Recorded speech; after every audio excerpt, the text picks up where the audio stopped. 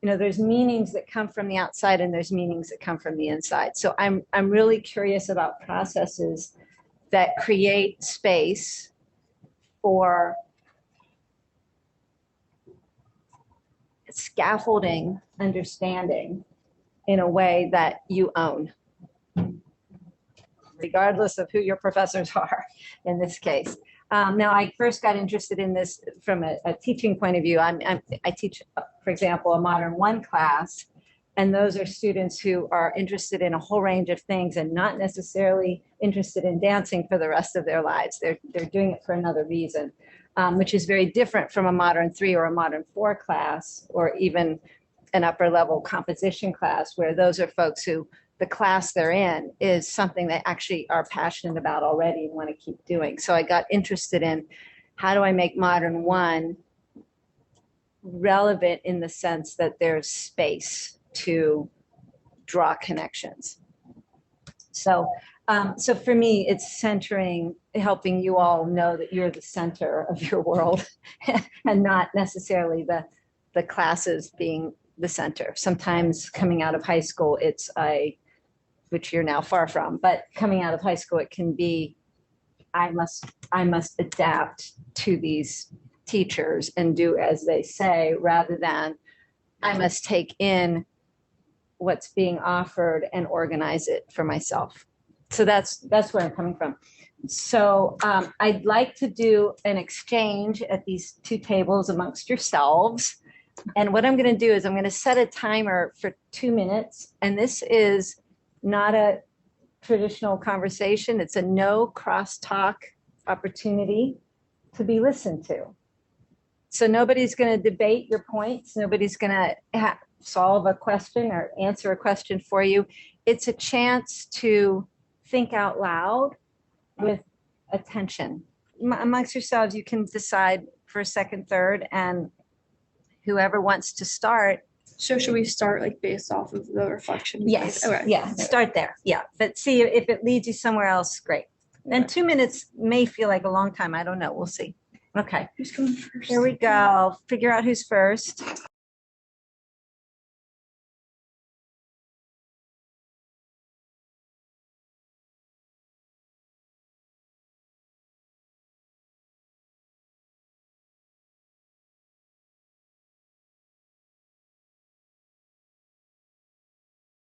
So many people because So it maybe scared me. I And don't that's know. the third round. Good. All right. So as you listen to each other, I'm just now curious. And what's interesting for me also is that this isn't a class. So therefore, what you all are bringing is going to be highly variable. But as you sat and listened to each other, I'm curious to know either what you heard broadly speaking, or if there were moments of common ground that you just could name with what somebody else said, or something surprising that was so far away from where you had been taking the question, but was interesting to you simply because it was a surprise. So I'm curious to hear. Yeah. I feel like, so, you know, we're all graduating, so we're all kind of like, and we also are all studying things that aren't necessarily directly relevant to our next steps. And so I feel like we're all kind of at this point of like, we've spent the past 4 years like working really hard on these things, but now we're faced with like, all right, here's like my grad school or my job that doesn't necessarily quite apply. And just kind of trying to reckon with like, how do we contextualize that? How do we like place those experiences into the greater like trajectory of our lives and find that meaning, even if it's not going to be directly impacting that next step? It sounds scary. Ah. So scary. How's it scary?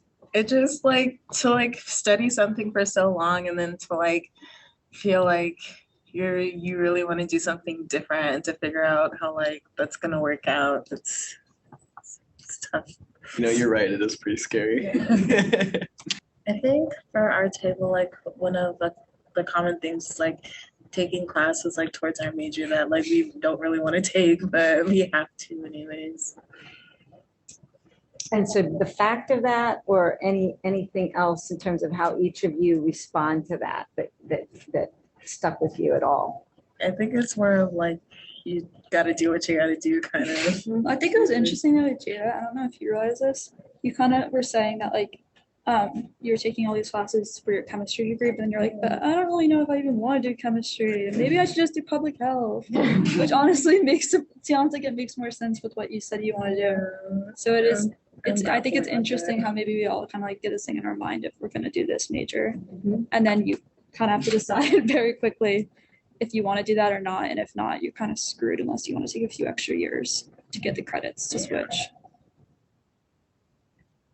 I feel like there's also a feel like picking the major you feel like will give you the most prestige. Yeah. Like I've as a theater major, I've gotten a lot of. I remember one year I was in a class and I was like, oh, I won't be able to take like the next level of this because I have to take something from my theater major. The entire class started like cackling when I just said the term theater major. Like the punchline was, God, look at her, she's studying to do like theater things. how dare they? So it's like I've kind of like developed this like defensive, like, oh, self-deprecating, kind of funny, but like also I would do this. But I feel like there's a sense like when you're picking your major, you want to pick the one that people be like, oh, you're studying that, nice. And I feel like that kind of will push people towards majors they might not want to do. Really interesting. Really interesting. I don't want to cut you off. Any other thoughts or? Well, yeah, I was gonna say our table, it was interesting how everybody, like we all are, like Katie said, we're all kind of studying things that we're not necessarily going into directly after college, but we all kind of found meaning in those studies in certain ways. So like Katie was like, it gave you a lot of like confidence in terms of analyzing things to do those like sociology classes. And like Jacob, you got really into science communication and you realized that was like important for you. So it's cool how we kind of turned that like seeming non-relevance into being like, well, like actually it gave us some good things along the way. So Yeah, that's great. Great. So if this were a course, I would be linking what you've said back to like my next topic or my next project.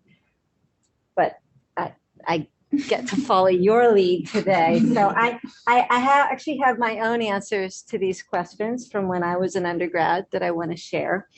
But I'd also like to just respond, because I didn't know, of course, what anybody would say, but just responding to what I'm hearing.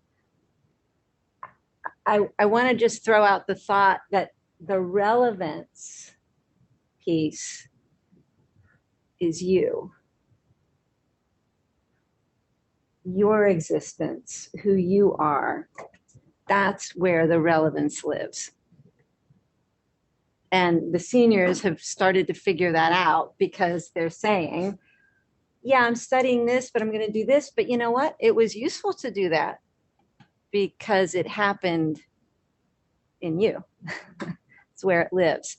And so the scariness is when that's on the outside, but knowing that over time, you're going to, this information that, and your professors mean well, we mean so well. We really want to share these things with you because we care about them.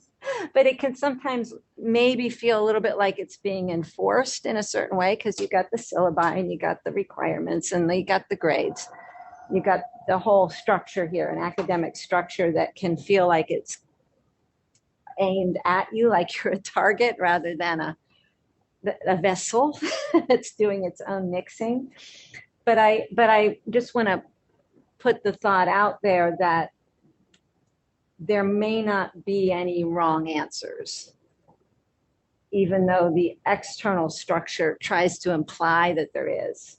So just to consider that. You'll make of that what you will, but I'm hearing differing ways of reacting to sort of what the outside is saying about what the value of what you're doing is. So, but I wanted to share, this is a piece, something I recommended faculty to do, which is tell your own story to put the context that this isn't just about you, it's about any student. So, because I was an undergrad once, and I was so careful.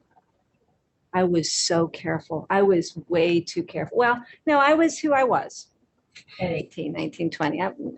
I shouldn't be hard on her. I thought, no, you can't take 300 level courses till you've taken the 200 level course. You have to, there's an order. I thought there was an order to things that would be safest to follow. And it took me a while to understand that may not have been true. So I remember being very careful. I'd be curious to know if you thought about things that you've already thought about before and got to take a little further, or if this little process pointed to something that was slightly different than something you've contemplated before. I'd just be curious to hear. I would say I've thought about these things before. Yeah.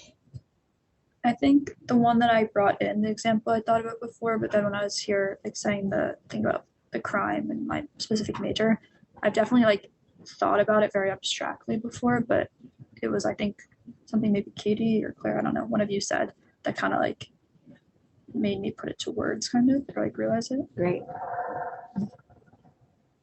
I've definitely thought about it for myself, but it was cool hearing those same feelings echoed in other people. Because I guess I always think of like you come to college, or like everybody except for me is coming to college and they're majoring in exactly what they're going into, and it's like no, like that's silly. Everybody is coping with these things. We're like other girls. Oh no, like other girls. Yeah, we're all going through the same or similar things. Yeah. I mean, because that's the thing. There are so many paths to take in life. There are so many perspectives to gain in life. So here's the thing. It's like, even if you are in a major that is directly relevant to what you're going to study, like I studied theater and I will be going to theater school. But like nothing is going to be a direct, perfect feeder into your life. It's almost like Legos. Like when you're picking up, like, don't change the shape of Legos, but all right. I know, I'm not saying, but you can fit a Lego into any number of structures. If you give me a little orange brick, I can make that like part of a house. I can make it part of a garden. I can make it part of a Death Star. I mean, an orange Death Star, but you know, that kind of thing. Yeah. Like there are so many different things you can do with it. Like, you know, when kids, they have like, I'm going to go on a Lego metaphor here.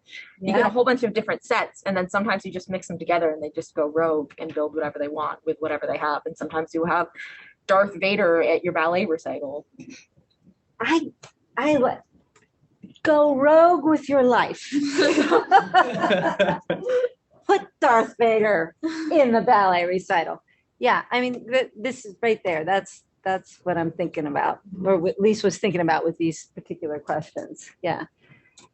Anyone else with just thoughts or feedback about just this very short process that you just did? I think part of why I really like this conversation is not just looking into the future, but also accepting what we're doing now. You know, like there are classes I'm taking right now that maybe I don't have like negative feelings about, but it's hard to sort of get excited about them, you know?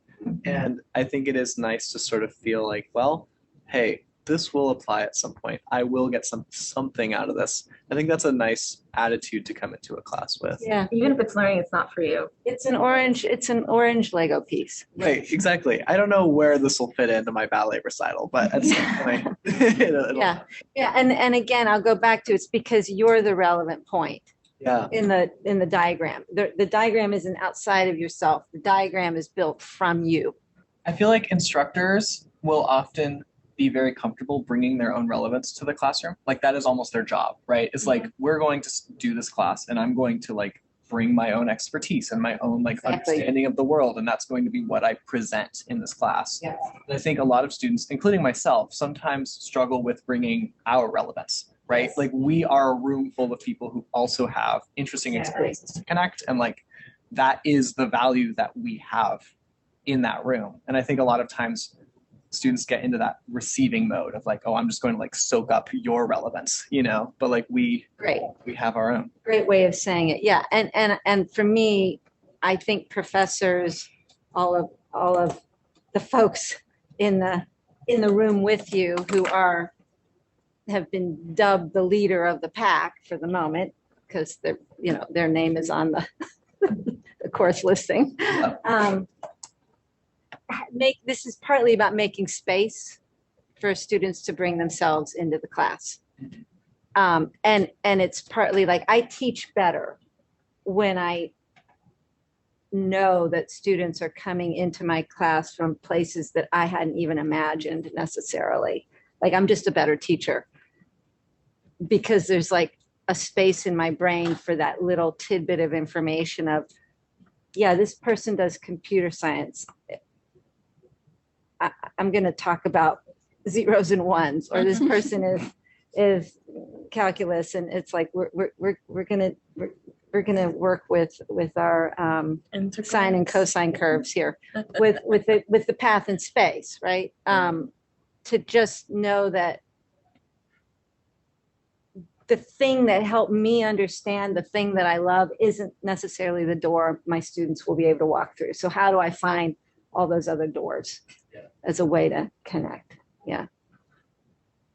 So that's what I've been working on, trying to find words. I'm a dancer, so I'm nonverbal. So finding words for a process that makes the classroom kind of a shared learning space, not just with the professor leading it with their own insights, but finding a way to get more information and also more internal processing for the individuals in the class. So.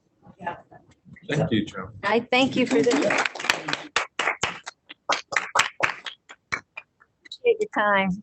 So you need to take off, right? Yeah, is it 1:30? It's 1:30. Okay. So Sorry. that's Yes. good. We're going to talk about you when you leave. Okay, good. Okay, great. Stanton. You're involved with Now you said you've never been to the Blackfriars Theater. No, I've told you I've been there multiple you've been times. there I interned there. Okay, right. There was somebody telling me that they had been in Stanton and did not even know there was the Blackfriars Oh my Theater God, there. really? Yeah.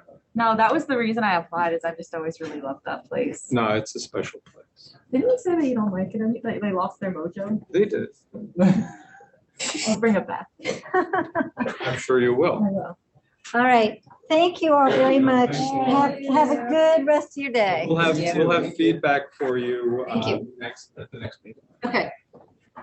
Is that on Monday, you and I? That's not, sorry, that's not the Monday that we had to move, is it? Did we move to? Well, if it is, we'll do It'll something. be on the Wednesday then? Yeah. Oh, okay. And I don't know. Sorry, my days are just, No, that's okay. yeah, so the 25th is when I'm out of town. So we have something on the 27th. Great. Okay, cool.